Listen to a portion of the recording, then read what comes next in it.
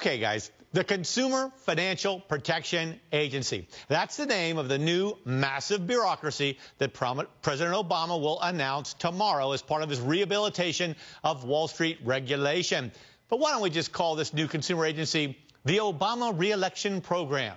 Because to me, this is aimed more at getting votes than at avoiding another financial collapse. This whole overhaul was aimed at reining in systemic risk, not at providing even more federal bubble wrap around consumers who are too stupid to protect themselves. Hal Scott thinks this new consumer agency is a bad idea. He's a Harvard law professor and director of the self-appointed Committee on Capital Markets Regulation. John Taylor loves the idea. The more protections, the better. He's president and CEO of the National Community Investment Coalition. Thanks for being with us. Hal Scott, start us off. Now, this new consumer agency, why do we need this thing? Well, actually, I'm not sure it's a bad idea, but I think we have to keep our eye on the ball here.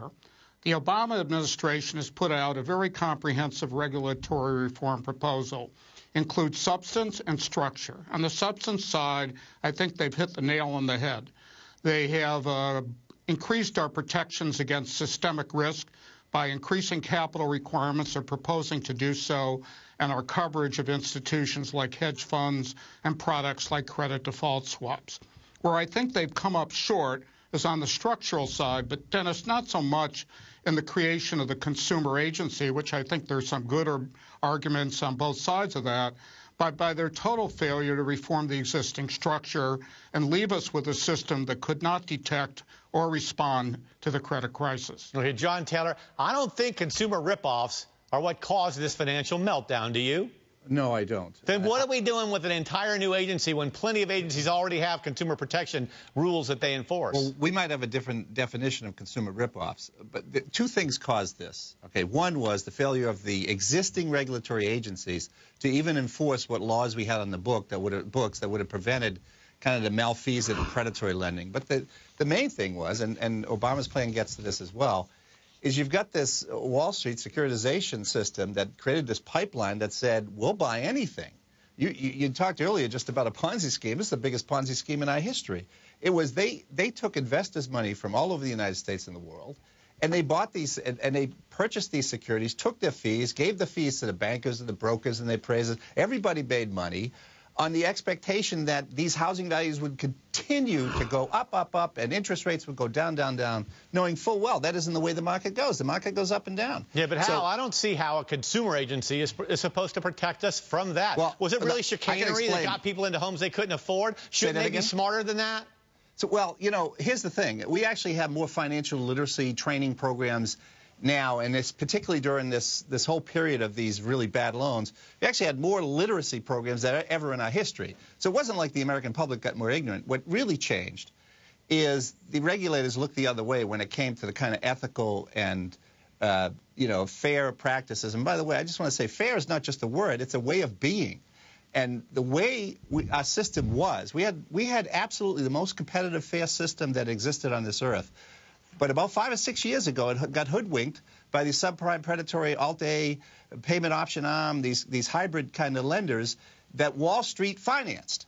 So that's what happened. Make no mistake about it. The people didn't get more ignorant. The people. I got you. But let me go to Hal Scott. Hal, I mean, institutional investors got ripped off by the securitizations. They believed the credit rating agencies when they said, oh, this is AAA. But I don't understand why we're now going after a major new consumer agency that has amazing power to oversee executive pay. Maybe they're going to give them power to modify loans. Well, one of the problems, of course, when you look at securitization and you create a new consumer agency, but you don't really alter the jurisdiction of the SEC, is you're creating still another conflict among agencies. Who's going to be responsible for securitization? Going to consumer agency, which is going to approve the product, or the SEC, which is going to design the disclosure rules? I don't see how you separate the investor protection in the SEC from consumer issues. But by the way, also, Dennis, let's realize that we have the consumer function spread out in a number of agencies right now. That's right. All the banking agencies have a consumer function. Sure. And I think now there's going to be the even Obama more administration, they're going to pull all those. They're going to pull all those together, all the other agencies to form this other. Just correct. They have for the last 30 or 40 years. All right, one more thing before we go. The housing crunch. Take a look at this. Our own Mad Money madman, Jim Cramer, calling a bottom in the housing market today. Watch this. I want you to get a response from me. Go ahead. I'm declaring a bottom in housing. You see, the numbers we got today, the national housing starts, the national housing permits, they were, frankly, off the charts. Cramer's Mad Money airs at 6 and 11 weeknights. Guys, what do you think, John?